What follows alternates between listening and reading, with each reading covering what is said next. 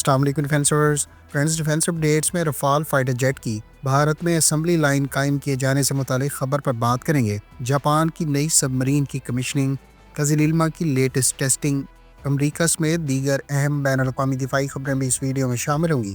So let's start.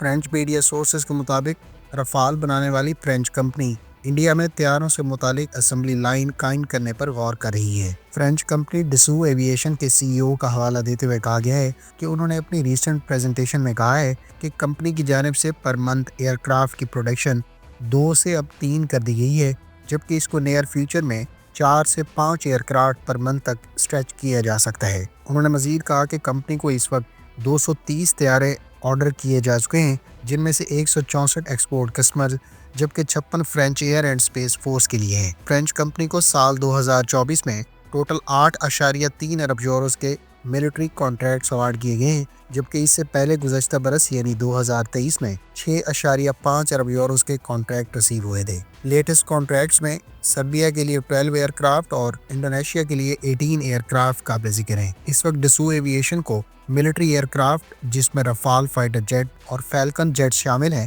اس کے حوالے سے ٹوٹل 43.2 بلین یوروز کے کانٹریکٹس کے حوالے سے بیک لاگ کا سامنا ہے، جو گزشتہ برس یعنی 2023 میں 38.5 بلین یوروز تھے۔ کمپنی کے CEO کا مزید کہنا تھا کہ اگر بھارت کی جانب سے نیئر فیوچر میں 26 رفال طیاروں سے متعلق کانٹریکٹ سائن کر دیا جاتا ہے تو ایسی صورت میں کمپنی کو آرڈرز بروقت کسٹمرز کو ڈیلیور کرنے کے حوالے سے نئی اسمبلی لائن قائم کرنے پر غور کیا جا سکتا ہے، جس میں انڈیا میں اسمبلی لائن کا قیام سر فہرست ہوگا۔ انہوں نے مزید کہا کہ بھارت میں رفال فائٹر جیٹس کی اسمبلی لائن قائم کرنے کی صورت میں یہ بھارت کی میک ان انڈیا پالیسی کے بھی عین مطابق ہوگا، جو بھارت کی اب سے تقریباً 1 دہائی پہلے انیشیٹ کیے گئے میک ان انڈیا پروجیکٹ کے عین مطابق ہوگی۔ خیال رہے کہ فرینچ کمپنی کے سینئر آفیشل نے اس گفتگو میں مزید کہا ہے کہ انڈین ایئر فورس مزید رفال فائٹر جیٹس بھی ایکوائر کر سکتی ہے، جبکہ انڈین نیوی کے لیے رفال کی ایکوزیشن بھی نیئر فیوچر میں فائنلائز کر دی جائے گی۔ فرینڈز، اگر آپ فرینچ رفال کے تمام تر ویریئنٹس، اس کے صلاحیتوں اور ہسٹوریکل بیک گراؤنڈ کے بارے میں تفصیلات جاننا چاہتے ہیں تو اس ٹاپک پر کمپریہنسو ویڈیو کا لنک آپ کو اینڈ اسکرین پر مل جائے گا۔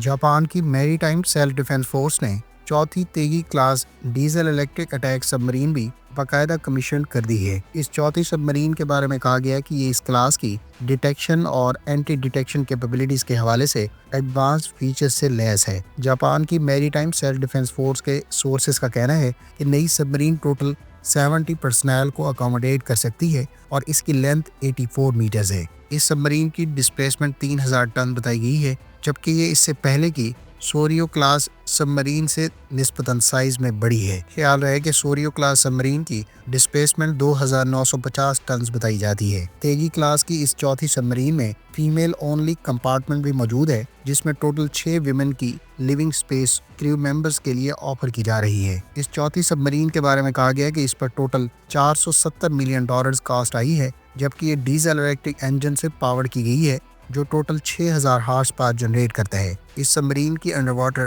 میکسیمم سپیڈ 20 ناٹس بتائی گئی ہے۔ اس سب مرین پر نئے جاپانیز ٹورپیڈو جن کو ٹائپ 18 کہا جاتا ہے، اس کے علاوہ امریکی ساختہ UGM-84L ہارپون بلاک 2 اینٹی شپ میزائلز استعمال کیے جائیں گے، جن کی رینج 248 کلومیٹرز ہے۔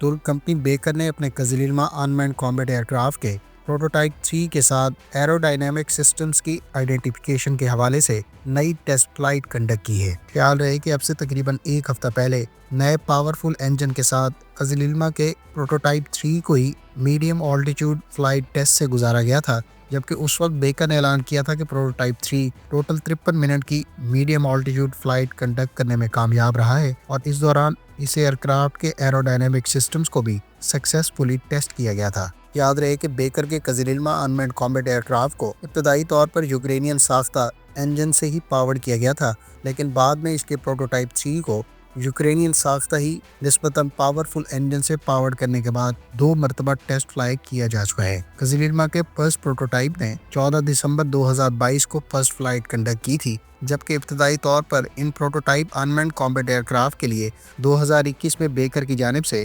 یوکرینین کمپنی سے AI-322F اور AI-25TLT انجنز آرڈر کیے گئے تھے۔ قزل ٹوٹل 13,700 میٹرز کی بلندی پر پرواز کر سکتا ہے اور یہ 3 گھنٹے تک فضا میں رہنے کے ساتھ ساتھ ماک 0.6 سے لے کر ماک 0.9 کی سپیڈ پہ فلائی کر سکتا ہے، اور اس کو نیئر فیوچر میں مقامی انجن TF6000 سے پاورڈ کیا جائے گا۔ قزل انمینڈ combat year craft total 1,500 kilo gram کا ایکسٹرنل ویٹ کیری کر سکتا ہے، اور کمپنی کا دعویٰ ہے کہ یہ آٹونومسلی ٹیک آف، لینڈنگ اور کروزنگ کے ساتھ ساتھ ٹیکسنگ کی صلاحیت رکھتا ہے۔ خیال رہے کہ ترکی اپنے قزل انمینڈ کامبیٹ ایئر کرافٹ کو اپنی پہلی ڈرون کیریئر یعنی TCG انادولو پر بھی استعمال کرنے کا منصوبہ رکھتا ہے۔ US ایئر فورس نے امریکی کمپنی اینڈوریل کے تیار کردہ بیراکوڈا 500 چیپ کروز میزائل کو ٹیسٹ فائر کیا ہے۔ اینڈوریل کے تیار کردہ بیراکوڈا 500 اٹانومس ایئر وہیکل کو US ایئر فورس کی آرمامنٹ ڈائریکٹوریٹ اور ڈیفنس انوویشن یونٹ یعنی DIU نے مل کر ٹیسٹ فائر کیا ہے۔ کمپنی کی جانب سے بیراکوڈا 500 اٹانومس ایئر وہیکل کو چیپ کروز میزائل قرار دیا گیا ہے، جبکہ اس میزائل کو کمپنی کی جانب سے سب سے پہلے سپتمبر 2024 میں پہلی مرتبہ فلائٹ ٹیسٹ سے گزارا گیا تھا۔ اس میزائل کا بنیادی مقصد آٹونومی، افورڈیبلٹی اور ریپڈ ڈپلائمنٹ قرار دیا گیا ہے۔ سویڈن کے بارے میں رپورٹس ہیں کہ وہ نیٹو ڈپلائمنٹ کی غرض سے پہلی مرتبہ ملک سے باہر اپنے گرپن طیاروں کو ڈپلائی کرے گا۔ سویڈن اب سے کچھ ہی عرصہ پہلے نیٹو کا باقاعدہ ممبر بنا ہے، اور اب نیٹو کے باقاعدہ ممبر ہونے کے ناطے وہ ایئر ڈیفنس ڈپلائمنٹ کی غرض سے پہلی مرتبہ اپنے گرپن طیاروں کو کامبیٹ ڈیوٹیز کے لیے پولینڈ میں ڈپلائی کر رہا ہے۔ پولینڈ میں گرپن طیاروں کی یہ ڈپلائمنٹ اپریل سے لے کر جون 2025 کے لیے کی جائے گی۔ یاد رہے کہ سویڈش ایئر فورس اپنے گرپن کے ابتدائی ورژن کو نیئر فیوچر میں ریٹائر کرنے کا منصوبہ رکھتی ہے، جسے عنقریب یوکرین کو پرووائڈ کیا جا سکتا ہے۔ فرینڈز، انڈین کے سرکاری ادارے DRDO یعنی ڈیفنس ریسرچ ڈیولپمنٹ آرگنائزیشن نے BM-04 کے نام سے ایک شارٹ رینج بیلسٹک میزائل کا اسکیل ماڈل متعارف کرایا ہے۔ 2 مارچ کو کنکلوڈ ہونے والی ایک دفاعی نمائش میں DRDO کی جانب سے پہلی مرتبہ اس میزائل کا اسکیل ماڈل ڈسپلے کیا گیا ہے، جس کو نیا شارٹ رینج بیلسٹک میزائل کہا گیا ہے۔ BM-04 کو 500 کلو گرام کے کنونشنل وار ہیڈ سے اکوپ کیا جا سکتا ہے، جبکہ اس کی رینج 400 سے لے کر 1500 کلومیٹر بتائی گئی ہے۔ اس کو روڈ موبائل لانچر سے فائر کیا جا سکتا ہے، جبکہ اس میزائل کا ٹوٹل وزن 11,500 کلو گرام اور میزائل لینتھ 10.2 میٹرز اور اس کا ڈایا میٹر 1.2 میٹرز ہے۔ یہ میزائل GPS کے علاوہ Indian regional navigation satellite system کا استعمال کر سکتا ہے، جبکہ اس میں کنسٹل لانچ فیچرز کے ساتھ ساتھ یہ ایک 2 stage solid fuel propulsion system کا استعمال کر رہا ہے۔ فرینڈ، یہ تھیں آج کی ڈیفنس اپڈیٹس۔ امید ہے اس ویڈیو سے آپ کی معلومات میں اضافہ ہوگا۔ ملتے ہیں نیکسٹ ویڈیو کے ساتھ، اپنی دعا میں یاد رکھیے گا۔ اللہ حافظ۔ پاکستان زندہ باد۔